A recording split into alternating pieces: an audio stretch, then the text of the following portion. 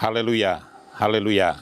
Salam sejahtera dalam kasih Tuhan kita Yesus Kristus, Jemaat GPD LSAD Magelang dan Bapak Ibu Saudara yang menyaksikan acara Renungan 79 saat ini. Puji Tuhan, saya harap kita semua ada dalam sukacita, sekalipun kondisi dan keadaan di hari-hari ini belum banyak berubah, tetapi mari kita bersukacita sebab sukacita itu akan sangat membantu imunitas tubuh kita dan kita akan tetap sehat, kuat untuk kita dapat menjalani hari-hari ini. Puji Tuhan.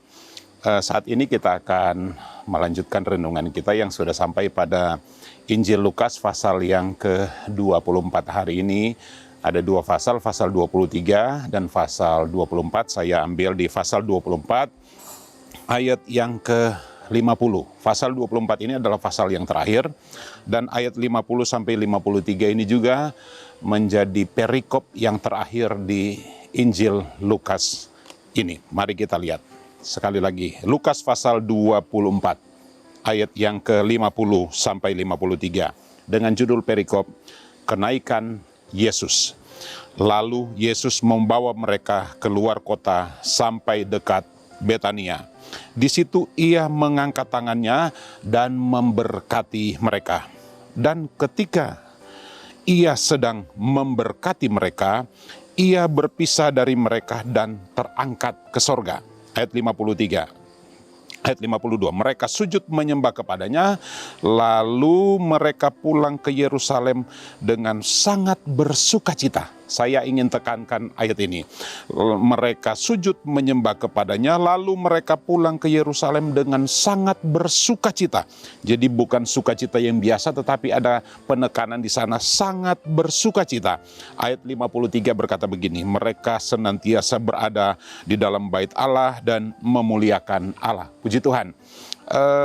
Ayat-ayat yang kita baca itu menjelaskan tentang satu keadaan dan peristiwa ketika pasal-pasal yang terakhir ini menceritakan tentang kematian, peristiwa kematian Yesus, dan khusus pasal yang ke-24 ini tentang peristiwa kebangkitan Yesus. Khusus perikop yang terakhir ini menceritakan tentang Yesus naik ke sorga.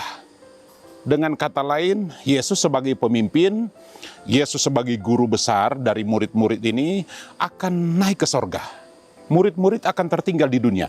Tetapi kita melihat sekalipun murid-murid ini ditinggalkan, tetapi ada sukacita. Itu sebabnya renungan malam hari ini saya beri judul bersukacita walaupun ditinggalkan. Sekali lagi, bersukacita walaupun ditinggalkan. Bersukacita walaupun keadaan belum berubah, belum banyak berubah. Bersukacita sekalipun ada hal-hal hari-hari ini yang kita tidak bisa terima dengan keadaan yang terjadi. Tetapi mari kita tetap bersukacita. Kita akan melihat beberapa hal. Mengapa dan apa saja yang menyebabkan murid-murid ini bersukacita. Dan lebih khusus untuk konteks kita hari ini. Apa yang menjadi alasan bagi kita untuk kita tetap bersukacita. Sekali lagi dengan situasi dan keadaan yang ada, mari kita akan belajar apa yang harus ada pada kita, apa yang menyebabkan kita bersukacita sekalipun keadaan di luar belum banyak berubah.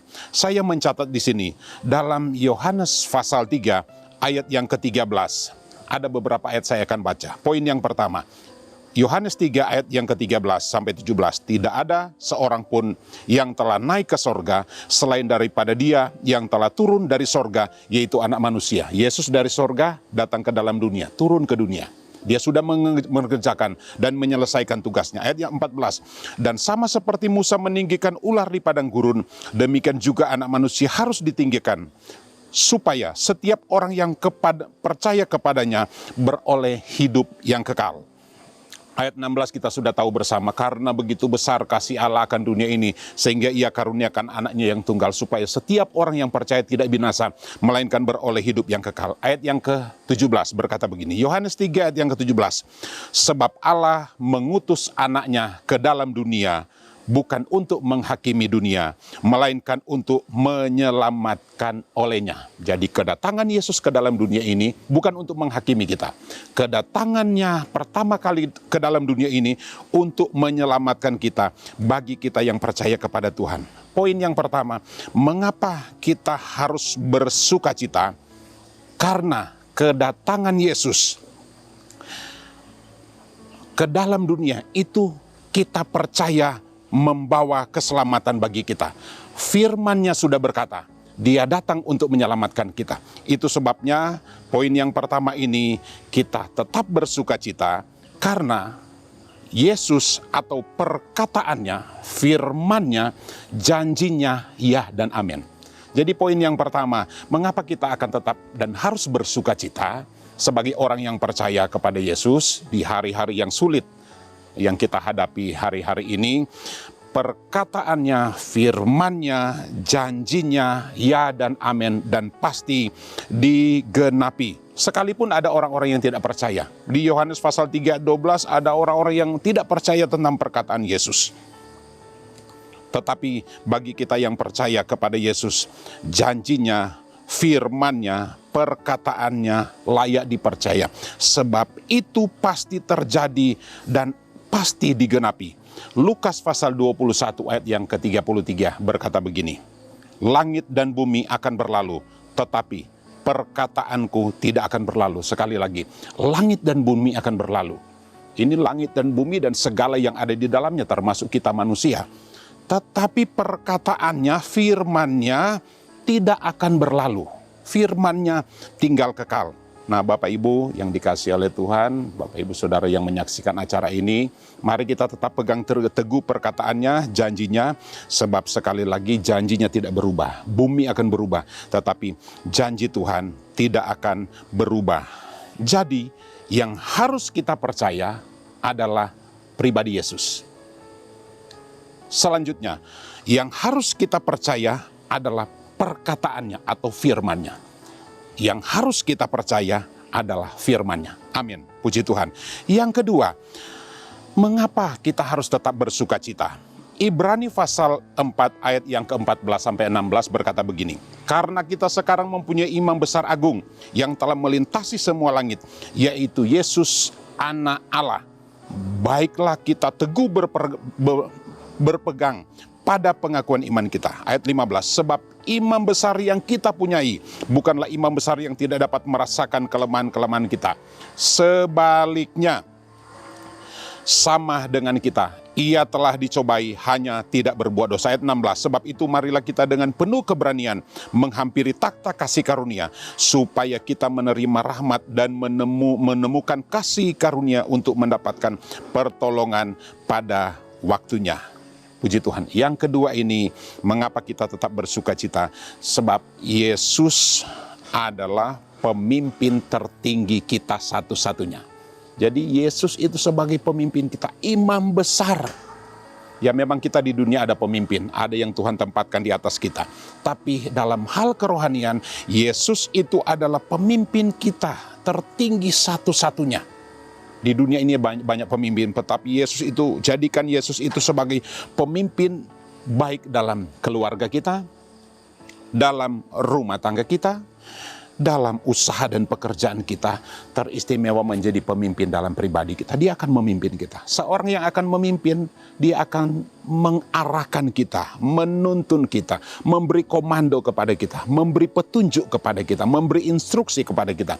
Dan Yesus itu sudah memberi segala-galanya untuk kita di dalam kebenaran firman Tuhan. Puji Tuhan. Jadikan Yesus sebagai pemimpin tertinggi kita satu-satunya, maka jaminannya kita akan tetap bersuka cita sekalipun keadaan di luar belum banyak berubah. Situasi dan keadaan hari-hari ini masih sulit, masih sukar, tapi jaminan kalau kita jadikan Yesus sebagai pemimpin tertinggi, kita akan bersuka cita walaupun keadaan di luar sana sulit terasa. Yang terakhir, mengapa kita tetap bersuka cita? Ini rahasia yang luar biasa. Yohanes pasal 16 ada 2 ayat di sana, ayat 7 dan 13 berkata begini.